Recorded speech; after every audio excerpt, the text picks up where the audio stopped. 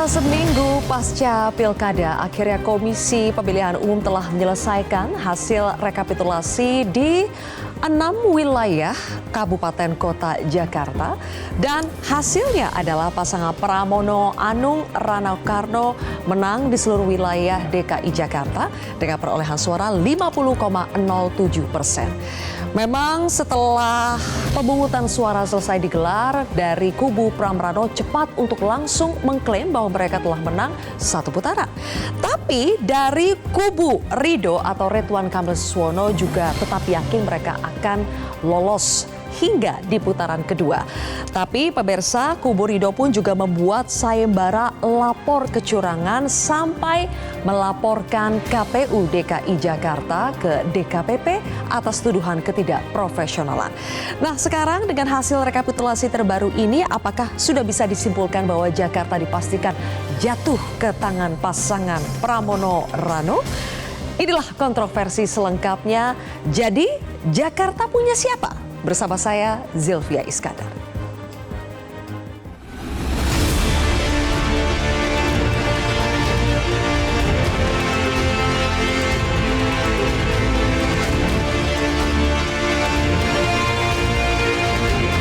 Pasangan calon nomor 3, Mas Pram Bangdul, telah memenangkan konsultasi Pilgub DKI Jakarta dalam satu putaran.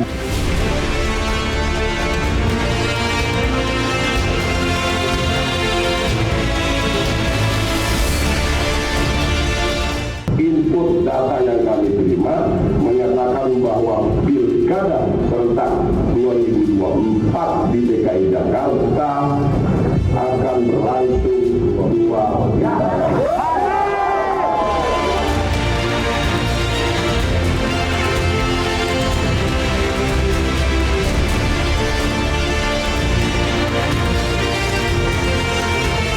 Jadi kami tidak pernah mengeluarkan statement akan berlangsung satu putaran atau 2 putaran. Pemirsa, untuk membahasnya sudah hadir 4 orang narasumber di studio Metro TV. Di sebelah kanan saya adalah Ketua DPP PKS Mardani Alisera. Selamat malam Bang Mardani. Alhamdulillah. Terima kasih sudah hadir.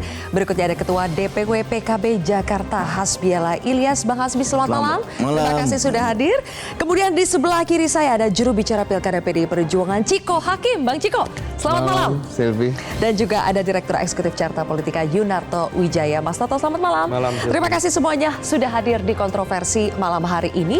Pada hari ini sepertinya sudah ada kemajuan untuk hasil rekapitulasi suara Pilkada DKI Jakarta, karena dari rekapitulasi tingkat kabupaten kota ya sudah selesai untuk melakukan hasil rekapitulasi dan sudah diumumkan secara resmi hari ini sudah selesai semuanya di 6 wilayah. Kita akan coba lihat satu persatu bagaimana hasilnya untuk wilayah Jakarta Barat terlebih dahulu.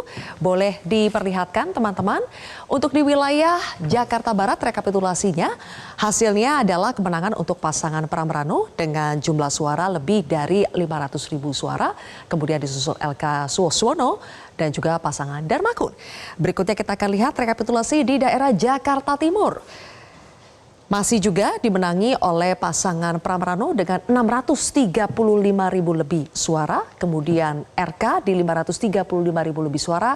Kemudian pasangan Darmakun 136.935 suara. Berikutnya kita akan lihat di daerah Jakarta Pusat. Untuk Jakarta Pusat masih dipimpin oleh Pramrano 220.000 lebih suara, kemudian RK Suswono 152.000 dan terakhir adalah pasangan Darmakun di 44.000 lebih. Selanjutnya kita akan lihat di Jakarta Selatan. Jakarta Selatan juga masih diraih oleh Pramrano untuk angka tertingginya 491.000, kemudian RK Suswono 375.000 lebih dan Darmakun di 90.000 lebih. Selanjutnya untuk daerah Jakarta Utara. Jakarta Utara juga dimenangi oleh Pramrano, angkanya di 328.000 lebih, RK Suswono, kemudian Darmakun. Dan terakhir kita akan lihat untuk di Kepulauan Seribu. Kepulauan Seribu juga sudah menyelesaikan hasil rekapitulasi suaranya. Memang jumlah pemilih di Kepulauan Seribu ini paling sedikit ya. Tapi kemenangan juga masih diraih oleh pasangan Pramrano di 15.161 suara. Kemudian RK Suswono 6.000 lebih dan kemudian Darmakun di 653 suara. Jadi hari ini meskipun belum adalah hasil rekapitulasi untuk tingkat KPU DKI Jakarta, tapi setidaknya dari hasil rekapitulasi ini kan sudah di pleno ya untuk KPU kota dan kabupaten, sudah bisa dilihat hasilnya dan angkanya seperti yang sudah sering kita dengar di angka 50,07% untuk pasangan Pramrano, yang artinya sejauh ini Pilkada Jakarta hanya akan berlangsung 1 putaran saja. Tapi ya sekali lagi kita harus menunggu lagi dari KPU DKI Jakarta. Cuma nih Bang Mardhani, kalau sudah melihat begini. Ciko dulu kali yang menang. Udah ya. Kata menang udah keluar ya. Belum ditanya sudah bilang kayak gitu. Belum tentu 1 putaran. Jadi Bang Mardhani, kalau sudah melihat seperti ini, masih yakin bakal 2 putaran? Ya, yang pertama tentu tadi saya tetap mengucapkan selamat Mas Pram, karena di sini angkanya di atas RK. Apakah 1-2 putaran? Seperti tadi Zulfi katakan, kita tunggu KPU mudah-mudahan 1-2 hari ini. Bisakah 2 putaran? Tetap masih bisa. Kalau kita mengajukan gugatan, nanti di MK bisa buka-bukaan kan. Kalau kita mengajukan gugatan. Tapi kalau kita melihat memang hasilnya bagus, dan saya ngelihat di TPS jalan, kecamatan, ada beberapa yang kita tidak tanda tangani karena ada catatan.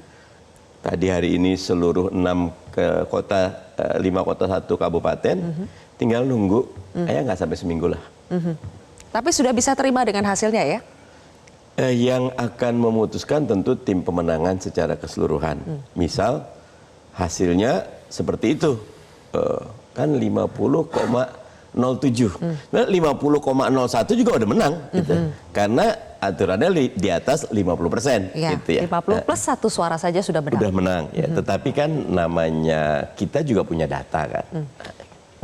Punya data, tapi datanya masih mau berdebat bahwa data yang dimiliki oleh Bang Mardhani dan tim yang lebih benar daripada ini? Kalau ini kan berjenjang, nanti kita bisa buka. Ada beberapa data yang menurut kita ini terjadi catatan-catatan tertentu. Kalau kita anggap, enggak kok, aman, jalan, kita ikut, nggak masalah. Tapi kalau teman-teman mutusin, ini penting kok untuk pelajaran bagi demokrasi, kan dua-duanya juga boleh kan. Jadi Bang Ciko sudah keluar kata menang dari Bang Mardhani, tapi masih ada tapinya. Tapi kalau untuk 1 atau 2 putaran ya kita harus tunggu 1 atau 2 hari lagi. Nah, bagaimana dari kubunya Bang Ciko melihat ekspresi dari Bang Mardhani? Mas sudah menyatakan selamat atas kemenangannya, tapi untuk 1 atau 2 putaran masih belum mau untuk mengatakan ini 1 putaran. Yang pasti kita ucapkan terima kasih tadi atas nama Mas Pram ya. Tadi kan Bang Mardhani menyampaikan selamat pada Mas Pram. Terkait data juga, kalau apa yang disampaikan oleh Bang Mardhani kan tersirat juga bahwa kalau kita bicara angka, bicara soal hasil, semuanya sesuai. Tapi artinya tadi yang menjadikan data dalam tanda kutip yang disampaikan Bang Mardhani adalah catatan-catatan tadi. Dan itu sah-sah saja. Ini proses pemilu, dalam demokrasi ada ruang-ruang untuk pihak-pihak yang merasa memiliki kebenaran yang berbeda dengan pihak yang lain, dan tentunya ruang-ruang itu kalau mau dimanfaatkan secara maksimal ya monggo, karena kita bukan dalam posisi juga untuk menahan siapapun itu untuk menggunakan ruang-ruang tersebut. Tapi pada prinsipnya kami bersyukur dengan angka 50,07 yang artinya 50% plus 2.925 suara. Gitu. Jadi itu ngafalinnya enak ya. Jadi kami punya ekses 2.924 suara. Ya, dan 50% plus 1 orang tadi. Ya. Jadi pada prinsipnya itu yang membuat kami sumringah, bahagia, dan banyak yang mengatakan kenapa dari kemarin udah buru-buru banget, tergesa-gesa banget, bahagianya tergesa-gesa banget, ada syukuran-syukuran. Karena benar-benar jerih payah dari tim maupun paslon yang menjadi underdog di awal, Mas Pramono Anung itu tidak diperhitungkan. Bahkan di internal juga dipertanyakan ketika Ibu Megawati Soekarno Putri memilih beliau untuk maju. Namun beliau menunjukkan dalam beberapa minggu bisa meningkatkan elektabilitasnya dengan angka yang luar biasa. Bahkan di bulan Juli kalau waktu itu belum diputuskan beliau untuk maju, dilempar namanya ke publik 0,1%. Kemudian ketika beliau mendaftar 20 sekian persen. Dan sekarang 50,07. Toto belum ikutan tuh. Yang survei mana saya waktu itu. Di segmen berikutnya, ya, surveinya abang-abang, di segmen berikutnya kita akan bahas. Tadi kita sudah cukup menyentil ya. Mas Pram ini berangkat dari angka survei 0,1%, tapi kemudian bisa keluar sebagai pemenang sejauh ini. Dan kita juga akan bedah faktor yang menyebabkan kekalahan dari kubunya Ridho ini apa? Benarkah suaranya kalah dibandingkan Pram Rano? Apakah betul karena habis logistiknya atau karena kandidatnya tidak laku dijual? Sesaat lagi pemirsa.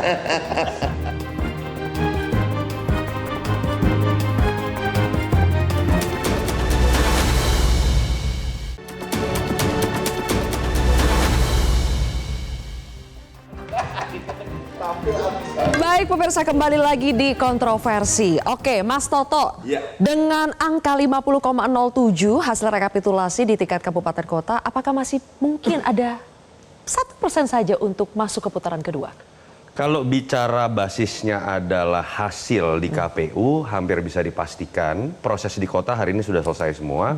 Artinya biasanya tinggal ketok palu. Bahkan akhirnya kan KPUD DKI mengatakan akan dipercepat. Batas akhir 16 Desember menjadi 7 sampai 9 Desember karena memang tinggal ketok palu. Biasanya tidak ada perubahan lagi. Tetapi kalau ditanya celahnya ada atau tidak secara sistem, masih ada MK yang kita tahu walaupun tidak mudah ya. Sekarang tuntutan buat teman-teman yang menggugat ini akan harus lebih siap. Kenapa? Ini pertama kalinya MK akan memutus ada 545 kepala daerah. Ada klausul juga yang kita tahu mengatakan bahwa ada threshold. Misalnya kalau untuk Jakarta itu 6 sampai 12 juta masuk di range 6 sampai 12 juta harusnya di bawah 1%. Selisih antara yang menggugat dengan hasil suara yang katakanlah dimenangkan oleh KPU begitu. Dan selisih antara pasangan 01 dan 03 kan di range 9% lebih. Walaupun mungkin yang akan coba dibuktikan bukan mengenai apakah selisih suara saya sebenarnya menang. Tetapi ada hal-hal yang mungkin diharapkan bisa dibuktikan suaranya pasangan 03 di bawah 50%. Mengurangi sehingga kemudian Pram. terbuka untuk terjadinya 2 putaran. Tapi mungkin sedikit catatan ya buat Bang Hasbi sama Bang Mardani. Sampai sekarang saya melihat narasinya masih berkutat pada satu variabel saja. Variabel C6. Surat undangan yang tidak dibagi merata. Dan sepengalaman saya mengikuti banyak sekali proses pilkada, gugatan pilkada. C6 itu hal yang selalu terjadi dan bukan variabel kuat apalagi kalau dikaitkan dengan variabel TSM atau terstruktur sistematis masif. Jadi ya moga-moga memang ada dasar yang lebih kuat dibandingkan narasi yang kita dengar hanya terkait dengan surat undangan. Moga-moga. Oh iya salah ya. Oke. Moga-moga kalau ingin menggugat gitu. Variabelnya tidak boleh soal C6 saja. Oke. Sekarang Bang Hasbi. Ada satu pernyataan yang fenomenal yang keluar dari wakil ketua umum Anda, Bang Jazilul, Gus Jazilul. Soal ini persoalan karena kandidatnya tidak laku dijual. Itu merujuk pada Ridho, ya kan? Benar karena Ridhonya tidak laku dijual di Jakarta. Begini Mbak Silvi, pemilu itu pilkada seluruh Indonesia di 38 provinsi, 500 lebih kabupaten kota. Jangan semuanya itu dianggap ke Jakarta. Ini Gus Jazil itu bicara seperti itu menurut saya cambuk buat DPW-DPW. Kalau memilih calon jangan calon yang nggak laku, jangan semuanya dibuang ke Jakarta. Itu cambuk. Cambuk buat Bang Hasbi dong DPW. Buat saya ketua DPW di Jawa Barat, mungkin di Jawa Tengah, bukan untuk Ridwan Kamil. Ini kan semua dianggap ke Jakarta, muaranya ke Jakarta. Seakan-akan Indonesia kecil, ini Indonesia hanya Jakarta. Enggak, itu wilayah-wilayah Jadi lain. maksudnya bukan hanya berbicara untuk Ridho? Bukan hanya Ridho untuk salah satunya? Ya kalau termasuk se-Indonesia. Se-Indonesia. Saya bantuin beliau usulannya Anies kok di awal. Pilkada sosok calon itu sangat menentukan juga. Kalau yang dijual tidak laku, mau apa? Ini ekspresi yang sudah pasrah ya, Bang Hasbi, kalau pernyataannya sudah begini. Enggak. Mau apa lagi? Iya, dalam Jadi sudah artian terimakah begini, dengan maksud, hasilnya? Gus Jazil ini mungkin seperti ini. Kalau menurut saya mungkin karena dia ketua fraksi saya sering berdiskusi dengan beliau. Faktor kemenangan pilkada itu bukan hanya partai. Faktor calon sangat menentukan. Mungkin kalau Pak Mardhani kemarin jadi wakil dari Pak RK, lain cerita, mungkin pemenang hari ini, Mbak. Atau saya jadi gubernurnya Pak Mardhani jadi wakil, mungkin kita mengalahkan Pak Pram hari ini di putaran pertama. Itu sudah diusulkan oleh PKB sebetulnya. Istilahnya mungkin seperti itu. Iya kan? Gimana tuh Bang Mardhani, apakah betul ada kesalahan pemilihan orang, sosoknya? Atau emang karena seperti kata Bang Mardi bilang, sudah habis logistiknya pada saat Pilpres dengan Pileg? Yang pertama tentu Pileg beda sama Pilkada. Pilkada lebih dekat dengan Pilpres, atau nanti lebih bisa diluruskan. Arti figur. Yang kedua, saya melihatnya tidak bisa di ruang vakum ya. Kang Emil paling baik ya di Jawa Barat. Bahasa sederhana merem juga menang. Tapi karena ternyata beliau diplot masuk ke sini, timbullah beragam hal. Saya berapa kali bareng Kang Emil dan saya mengakui kapasitasnya, leadershipnya, manajemennya, kerendah hatiannya. Ya. Tetapi memang Jawa Barat ke Jakarta kayak Jackmania sama Viking gitu loh. Ya ada semacam. Jadi buat saya ketika Kang Emil ke sini beda sama Mas Pram. Mas Pram netral. Kang Emil udah -1. Ketika Mas Anies masuk -2 gitu loh. Bantuin Pram. Jadi memang ini pertarungan yang tidak mudah. Kami bersyukur mudah-mudahan 2 putaran. Kalau 2 putaran menang. Kita yang menang. Oke, tadi disebutkan bahwa dari start awalnya saja antara Ridwan Kamil dengan Pramono Anung sudah beda katanya Mas Toto. Tapi bukankah Mas Pramono Anung juga startnya tidak bagus juga dari elektabilitas berapa? 0,1%. Kalau tadi faktor yang kira-kira untuk berpotensi mengurangi atau kekalahan Ridho itu sudah dijelaskan. Kalau faktor yang bisa sampai mengerek elektabilitas Pramono sampai sebegitunya 50,07 itu apa saja Mas Toto? Poin paling menarik gini, dari yang enteng dulu ya Sylvia ya. 3 kali terakhir pilkada, 3 kali pilkada dilakukan di Jakarta dari 2012, 2017 dan 2024. Itu ada 2 mitos yang selalu terjadi. Yang pertama adalah mitos bahwa pasangan yang nomor urutnya 3 selalu menang. Dulu Jokowi Ahok, lalu Anies dengan Sandi, sekarang Pramono dengan Dul. Yang kedua, kalau itu kita katakanlah mitos yang kebetulan. Saya nggak bisa jelaskan kenapa angka 3 terus yang menang ya. Yang kedua yang bisa dijelaskan Sylvia, selalu jadi kejutan bahwa pasangan yang surveinya di awal rendah itu selalu menang. Lagi-lagi Jokowi Ahok, Anies Sandi, lalu Pram dan Dul. Kalau mau ditambahin satu lagi Sylvia, bahwa pasangan yang koalisinya kecil itu yang selalu menang. Dari Jokowi Ahok, Anies Sandi, sampai Pram dan Dul. 2 poin terakhir itu menjelaskan suatu Sylvia, bahwa dalam pilkada di Jakarta, dalam konteks pencalonan, tadi sedikit banyak sudah dijelaskan Bang Hasbi sama Bang Mardhani, itu nggak bisa kemudian ada pihak-pihak atau partai yang kemudian merasa lebih tahu siapa yang disukai oleh masyarakat Jakarta. Lalu kemudian dibuatlah skenario, bahkan sempat ada skenario lawan kota kosong atau lawan calon independen. Karena ada kecenderungan masyarakat Jakarta menjadi antitesa dari sesuatu yang kesannya sudah diskenariokan atau ada dalam proses black box di antara elit saja. Itu terjadi dalam 3 pilkada terakhir. Jadi menurut saya ini catatan saja tersendiri ya, bukan hanya dalam konteks Jakarta, dalam daerah-daerah lain. Sedikit banyak kan saya mendengar Bang Hasbi dan Bang Mardhani tadi agak curhat sebenarnya gitu kan. dengan ungkapan kalau Anies, kalau Mardhani dan lain-lain gitu ya. Ada kalimat diplot begitu. Dan itu yang menyebabkan pencalonan Kang Emil menjadi anti klimaks. Ketika awalnya sudah dinyatakan hampir pasti menang melawan Dharma Kun atau Kota Kosong, hampir pasti menang, tiba-tiba keputusan MK menjadi anti klimaks. Sementara pasangan Pram dan Dul akhirnya kalau dibaca di media monitoring itu menjadi pusat perhatian karena sangat mengejutkan. Yang kedua, Zilvia, menurut saya ada hal yang secara berbanding terbalik terjadi. Kang Emil, saya berikan kritik langsung juga. Kang Emil ini malah energinya kok tidak seperti ketika dia maju di wali kota.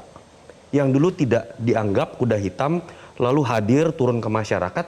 Sekarang kok lebih sibuk gelendotan menunjukkan dia dekat dengan Jokowi.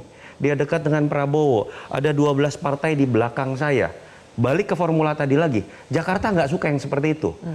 Pram dan Dul, terutama Mas Pramono Anung, itu mencoba melepaskan image-nya hanya sekedar merah. Dengan memilih ketua tim ses yang bukan orang partai. Dengan memilih warna yang bukan merah tapi oranye. Dan itu kan yang menyebabkan kalau saya lihat dalam beberapa dialog ya, tim sesnya 01 agak gregetan nih. Kenapa sih orang lupa bahwa di belakangnya yang namanya Pram dan Dul ada Megawati, makanya dipasangin stiker-stiker. Yang pasangin malah tim sesnya Ridho. Ada wajahnya Ibu Mega mengingatkan bahwa ini petugas partai. Nah, Mas Pram berhasil melakukan kondisi yang sebaliknya dilakukan oleh Kang Emil yang menurut saya adalah blunder. Mas Pram ingin menunjukkan bahwa dia tidak sekedar merah, dia ingin merangkul kekuatan lain, relawan, Jackmania, bahkan sesuatu yang kita anggap dua kekuatan besar paling terbelah dalam pilkada sebelum, itu berhasil disatukan yang bernama Ahokers dengan anak Abah. Saya pikir poinnya di situ. Nanti kita akan bahas soal itu ya, menyatukan Ahokers dengan anak Abah, versus di situ kita tahu ada PKS yang sebetulnya partai yang militansinya luar biasa dan menjadi pemenang di DKI Jakarta. Tapi kenapa kalah dengan efek Ahokers dan anak Abah? Sesaat lagi pemirsa, hanya di Kontroversi.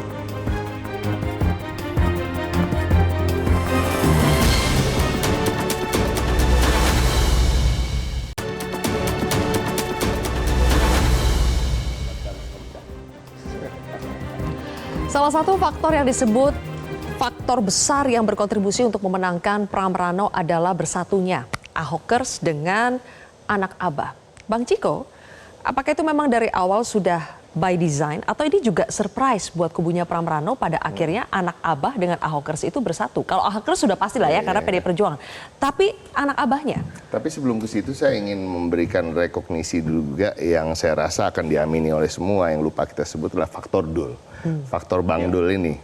Mas Pram ini bisa boleh di 0,1, tapi Bang Dul itu di beberapa survei yang cukup mengejutkan dan berbeda dengan daerah-daerah lain, di mana faktor wakil ini, calon wakil, sangat dominan dan bahkan lebih tinggi elektabilitas dan popularitasnya dari calon nomor 1 dari paslon-paslon lain. Bang Dul ini menarik kan gitu ya, dan dia yang bisa membawa kapal ini tetap steady sampai Mas Pram memperkenalkan diri ke masyarakat sehingga mulai tingkat ketersukaannya naik dan elektabilitasnya naik. Itu nomor 1. Tapi terkait dengan Ahokers dan anak Abah. Gimana tadi pertanyaannya?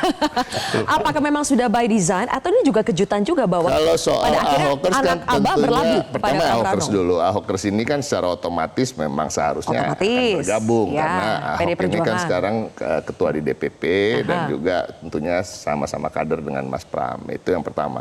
Kalau anak Abah memang yang saya tahu ya, dari yang saya tahu sejak awal memang sudah ada komunikasi walaupun bukan tatap muka antara Mas Pram dan Mas Anies karena memang mereka sudah mengenal sekian lama, dan sejak awal pula banyak juga teman-teman dari Mas Anies yang juga tergabung di Timnas di Pilpres yang lalu juga sudah bergabung dengan tim kami sejak awal gitu. Tidak banyak tapi ada beberapa lah gitu, dan dalam perjalanannya komunikasi itu yang setahu saya tetap terjalin, dan terkait dengan dipertemukannya secara fisik dan kemudian dilihat oleh publik itu memang menunggu momentum.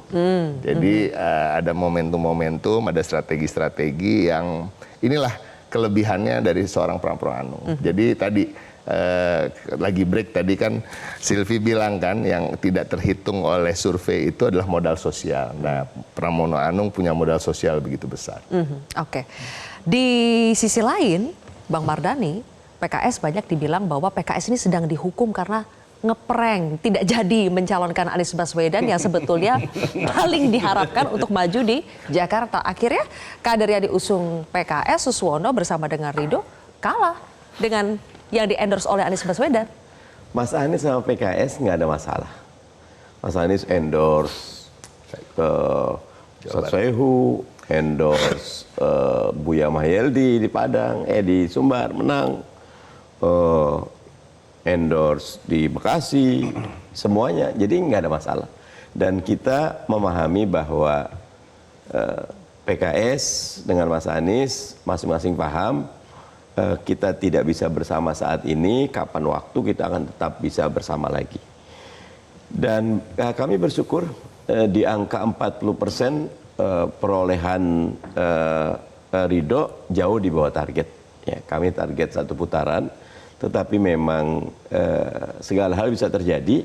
Dan yang perlu difahami di Pileg kemarin PKS dapatnya 18 kursi, ya setara dengan 17% lah ya. Dari 40% 17 dari PKS, dari PKB nyumbang, semua nyumbang, dapat 40 udah bagus itu. Udah bagus itu? Iya, dengan kondisi tadi saya tetap mengatakan bahwa di belah sana Betawinya kuat. Nah, walaupun Bang Dul ini kan sebetulnya originally tidak pure Betawi. Beliau nih Betawi Cakung gitu loh. Tetapi brandnya Dul itu kuat sekali. Di kita Sunda Jawa gitu loh ya. Nah ini mungkin menjadi catatan. Mas Toto, betul ya bahwa dalam Pilkada Jakarta kali ini baru terlihat, biasanya itu kan pemilih PKS itu solid. Tapi baru di kali inilah di Jakarta ini banyak ternyata pemilih PKS di Pileg dan Pilpres akhirnya memilih Pram Rano. Iya, kalau kita lihat dulu misalnya PKS itu paling luar biasa pada saat dikeroyok memajukan Adang Doro Jatun dan berhasil mendapatkan suara hampir 44% melawan semua partai. Dan itu yang menurut saya berbeda mungkin terjadi dalam konteks ketika berbicara mengenai pasangan Ridho ini. Kita tahu ada sebuah kisah bahwa Ridwan Kamil harusnya tidak di Jakarta. Tetapi atas dasar kesepakatan yang tidak dibicarakan dulu, saya yakin di level DPW atau DPD DKI antar Kim Plus, tapi sebuah keputusan di level atas yang kemudian memasangkan Ridwan Kamil dengan Pak Suswono. Dan saat itu ingat Zilvia, kenapa Ridwan Kamil juga akhirnya mau? Dan mungkin PKS pede saja siapapun yang dimajukan akan tetap menang, karena saat itu sudah disetting lawannya itu kalau nggak kotak kosong ya calon independen. Orang mengatakan ini selesai pertarungan. Dan ketika goncangan terjadi itu yang saya sebutkan, energinya tidak sebesar seharusnya mereka bertarung di Jakarta, kondisi psikologisnya juga berbeda, dan kita tahu kenapa Kim Plus akan tidak kemudian tetap habis-habisan di Jakarta. Mereka sedang ngurus yang namanya 545 kepala daerah yang lain. Ya. Makanya ada yang mengasumsikan, kalau putaran kedua nanti dulu nih, logistiknya bisa dikumpulin lagi nih. Kan udah nggak usah ngurusin Banten, Lampung, dan lain-lain gitu. Bisa lebih fokus. Tapi kan kalau berpikir mengenai pilkada seperti itu nggak sehat juga gitu menurut saya. Ya. Akhirnya saya akan kembali kepada bagaimana mindset yang harus dibongkar, Sylvia. Ada sebuah sesat pikir bahwa pilkada tinggal diatur saja, samakan copy paste dengan konstelasi di level nasional. Di beberapa daerah itu berhasil. Tapi saya pikir apa yang terjadi di Jakarta itu sebuah hukuman keras bagi pihak-pihak yang ingin mengkooptasi bahwa kita aja yang ngatur nih 5 orang paling berkuasa dengan jumlah partai paling banyak, kita atur aja setting, kita bikin calon boneka, kita bikin kotak kosong. Keputusan MK dan hasil Pilkada Jakarta mengisyaratkan bahwa tidak boleh yang namanya hak dari DPW di DKI dan daerah-daerah lain dikooptasi begitu saja atas nama soliditas elit di level dewa tadi. Kita masih ingat bahwa di level DPW, Bang Hasbi yang diajukan oleh PKB adalah Anies Baswedan salah satunya. Tapi ketika itu masuk di DPP, kemudian masuk akhirnya ke koalisi besar, suara di DPW tidak didengarkan. Apa pendapat Bang Hasbi setelah pada akhirnya hasilnya tidak seperti yang diinginkan? Kita akan bahas pemirsa, usai jeda tetaplah di Kontroversi.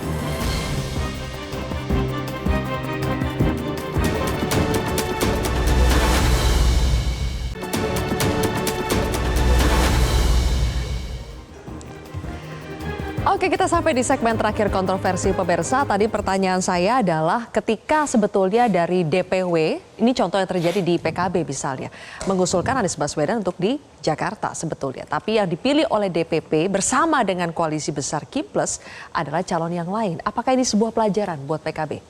Oh, enggak, ini bukan pelajaran, Pak Mas. Ini biasa menurut saya di dalam politik hal seperti ini. Memang pada waktu awal PKB bukan hanya mengusulkan Pak Anies Baswedan, kita mengusulkan banyak. Misalnya pada waktu itu Ketua DPRD yang lama, Pak Prasetyo, kita usulin Anies Pras ini semua. Dan bukan hanya Pak Anies. Tapi bukan RK juga? Dan kita memang tidak pernah mengusulkan RK. Nah, karena memang dinamika politik yang ada, pada waktu itu keputusan MK belum ada. Dan keputusan MK ini kan di akhir. Di akhir setelah kita sudah memutuskan ke Pak RK, andai kata pada waktu itu PKB putusan MK itu lebih cepat, mungkin PKB lain cerita. Iya, ya. Bisa mengusung sendiri ya. Bisa mengusung sendiri. Tapi Bang Hasbi, kenapa sekarang buntutnya ketika sudah ada hasilnya, kemudian PKB mengusulkan atau sedang mengkaji usulan bahwa gubernur pada akhirnya nanti dipilih DPRD saja. Kenapa pada akhirnya sekarang itu yang muncul sebagai ekses dari pilkada ini? Karena tadi yang diomongkan Bang Toto kan jelas, Bang Yunarto, bahwa efek dari pilkada secara langsung ini rusak di masyarakat. Rusaknya gimana? Satu, salah satu contoh misalnya dulu pada tahun 2017 bagaimana ributnya di DKI Jakarta. Ini kan adanya anak ngaba, adanya ahoker. Ini kan disebabkan karena konflik di pilkada pada tahun 2017. Itu yang pertama. Dan yang kedua, pilkada secara langsung itu memakan biaya yang sangat besar. Coba bayangkan, mungkin satu calon mungkin bisa menghabiskan puluhan miliar. Kalau setelah dia jadi itu imannya kuat atau tidak untuk tidak berbuat macam-macam, kan seperti itu. Lebih bagus menurut saya kita ikut Undang-Undang 45 lah sudah. Kembali ke DPRD. Dari PKS bagaimana Bang Mardhani? Apakah juga akan sepakat untuk mendorong kajian bahwa gubernur dipilih DPRD saja?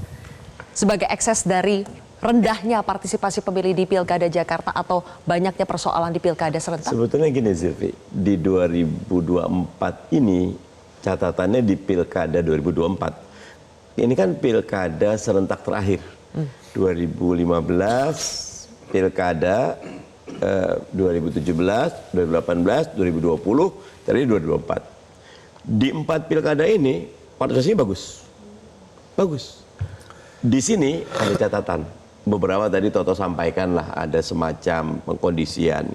Nah, buat saya sampai saat ini pilkada langsung punya kelebihan di mana masyarakat bisa mengetahui langsung kapasitas, kualitas dan beberapa kajian dari Kemendagri, pilkada langsung ini menghasilkan pemimpin yang memang merit sistemnya terwujud.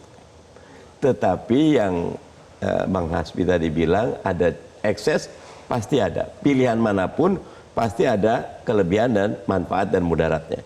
Kalau saya sampai saat ini pilkada langsung tetap yang terbaik, tetapi waktunya jangan dekat. Di beberapa kajian teman-teman yang menekuni kepemiluan memang sesudah pilek pilpres yang intens, kemudian tiba-tiba pilkada, conscious mind-nya masyarakat tuh, aduh, udah capek gitu loh. Baik.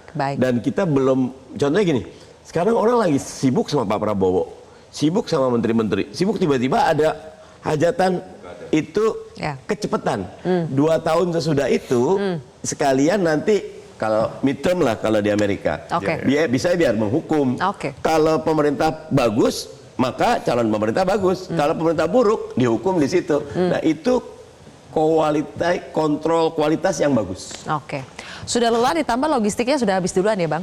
Kalau logistik sih, kalau PKS murah selalu karena kader kan itu. Oke, terakhir nih, Bang Ciko. Yes. Salah satu hal yang juga yang kita pelajari di sini adalah bagaimana pilkada serentak ini seperti menjadi pertarungan lagi antara pilpres jilid 2, PDI Perjuangan versus everybody.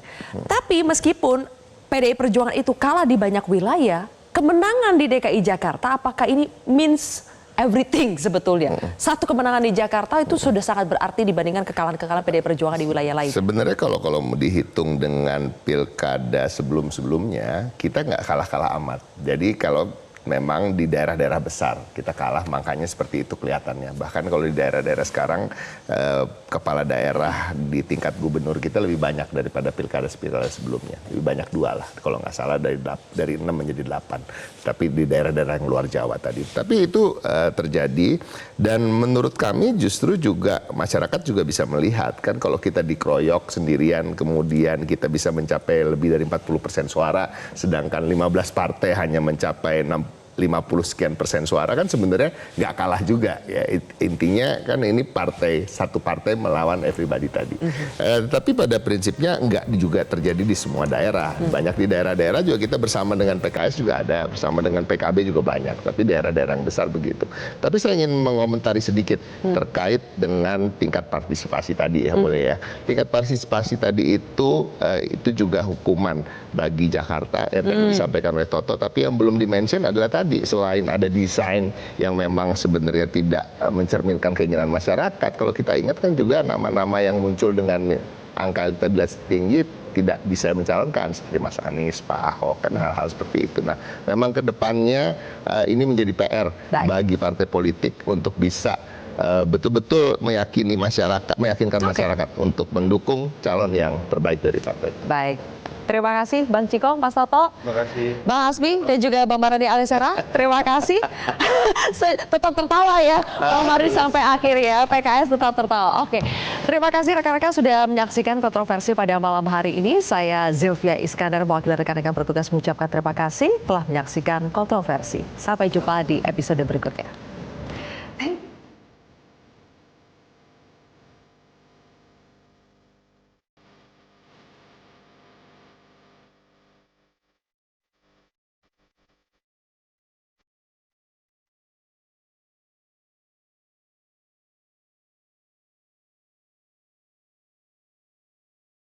Jelajahi cara baru mendapatkan informasi. Download Metro TV Extend sekarang.